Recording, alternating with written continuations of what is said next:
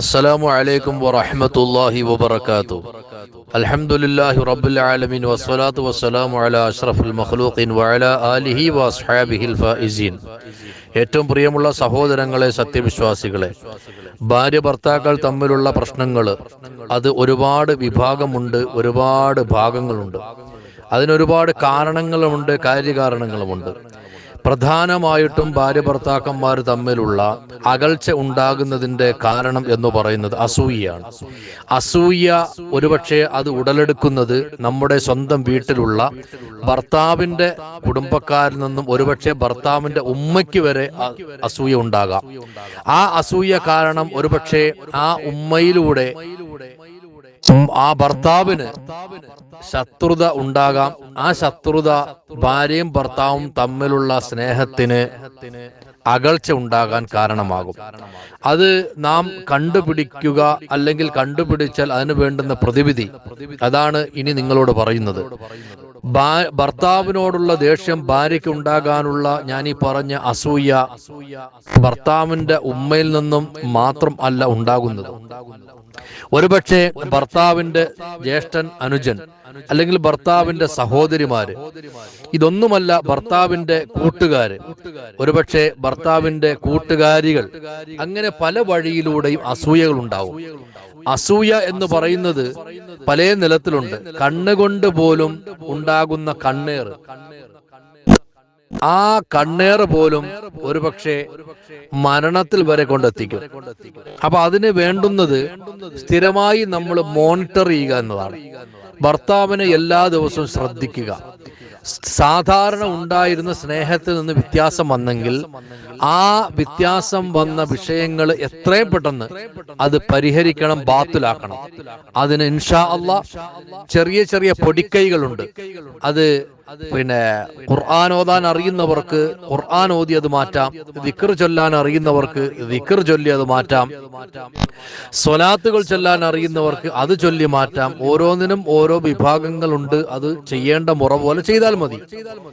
പിന്നെ അതുപോലെ തന്നെയാണ് ചില നേർച്ചകൾ എന്ന് പറയുമ്പോ നമ്മുടെ മഹാന്മാരായ ഔലിയാക്കൾക്ക് വേണ്ടി യാസീൻ ഓതുക, ഫാത്തിഹ ഓതുക, അല്ലെങ്കിൽ മൗലിദ് നേർച്ചയാക്കുക, ഖുതുബിയത്ത് നേർച്ചയാക്കുക, ഇങ്ങനെയൊക്കെ നേർച്ചകൾ ചെയ്യുന്നത് കൊണ്ടും നമ്മുടെ പ്രശ്നങ്ങൾക്ക് പരിഹാരമുണ്ട്. അതുപോലെ പാവപ്പെട്ടവർക്ക് ഭക്ഷണങ്ങൾ കൊടുക്കുക, സാധുക്കളെ സഹായിക്കുക, അങ്ങനെ ആ പ്രശ്നവുമായി ബന്ധപ്പെട്ട അതുമായി ബന്ധപ്പെടുന്ന നേർച്ചകൾ നടത്തിക്കഴിഞ്ഞാൽ ആ പ്രശ്നം പരിഹരിക്കാൻ കഴിയും. പ്രധാനമായിട്ടും നമുക്കൊരു ബുദ്ധിമുട്ട് സംഭവിക്കുമ്പോൾ, ഒരു വ്യത്യാസം സംഭവിക്കുമ്പോൾ, ആ വ്യത്യാസം എങ്ങനെ വന്നു, അല്ലെങ്കിൽ ആ വന്ന വ്യത്യാസം അപ്പോൾ തന്നെ അത് ക്ലിയർ ആക്കിയില്ല എങ്കിൽ അതിന്റെ മുകളിൽ അടുത്ത പ്രശ്നം വരും. അടുത്ത പ്രശ്നം വരുമ്പോൾ ആദ്യം വന്ന പ്രശ്നം അവിടെ ഉറയ്ക്കും.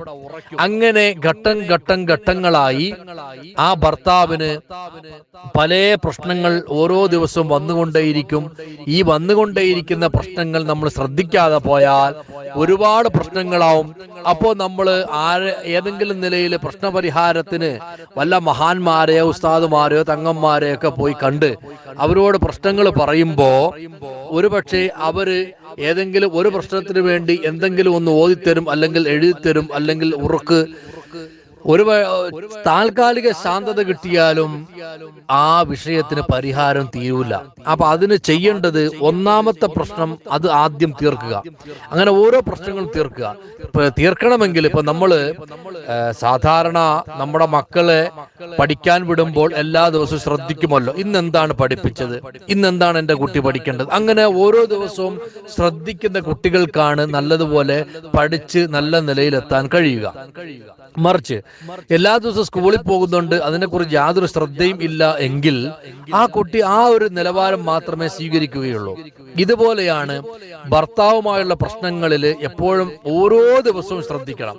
നമ്മൾ വിചാരിക്കും, ഓ ഇതുവരെ സന്തോഷമായിട്ട് കഴിയുകയാണല്ലോ, ഇനിയിപ്പോൾ ആ വിഷയം കാര്യമായിട്ടൊന്നും മൈൻഡ് ചെയ്യണ്ട എന്ന് ചിന്തിക്കുന്ന സ്ത്രീകളുണ്ട്.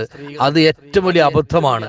അങ്ങനെ ഇത് സ്ഥിരമായി ഈ സ്നേഹം നിലനിൽക്കും എന്ന് വിശ്വസിക്കുന്നതാണ് സ്ത്രീകളുടെ ഏറ്റവും വലിയ തെറ്റ്. കാരണം ഈ സ്നേഹം നമ്മളോടൊപ്പം ഓരോ ദിവസവും ചിലവഴിച്ച് നാം പോകുമ്പോഴും അതിനേക്കാൾ നമ്മുടെ സ്നേഹത്തെ കെടുത്താൻ വലിയ ചതിക്കുഴികൾ പിന്നിൽ പ്രവർത്തിക്കുന്നുണ്ട്. അതൊരു പക്ഷേ നമ്മുടെ മുമ്പിൽ ചിരിക്കുന്ന മുഖങ്ങളായിരിക്കും എന്നുകൂടി ഓർക്കണം. ഏതായാലും ഇൻഷാ അല്ലാഹ് അതുമായി ബന്ധപ്പെട്ട ആവശ്യക്കാർ മാത്രം വാട്സാപ്പിൽ ബന്ധപ്പെട്ടാൽ അതിനു വേണ്ടുന്ന ഓതാനുള്ളതും ചൊല്ലാനുള്ളതും നേർച്ചകളും ഒക്കെ ഇൻഷാ അല്ലാഹ് പറഞ്ഞു തരുന്നതാണ്. അസ്സലാമു അലൈക്കും വറഹ്മത്തുള്ളാഹി വബറകാതുഹു.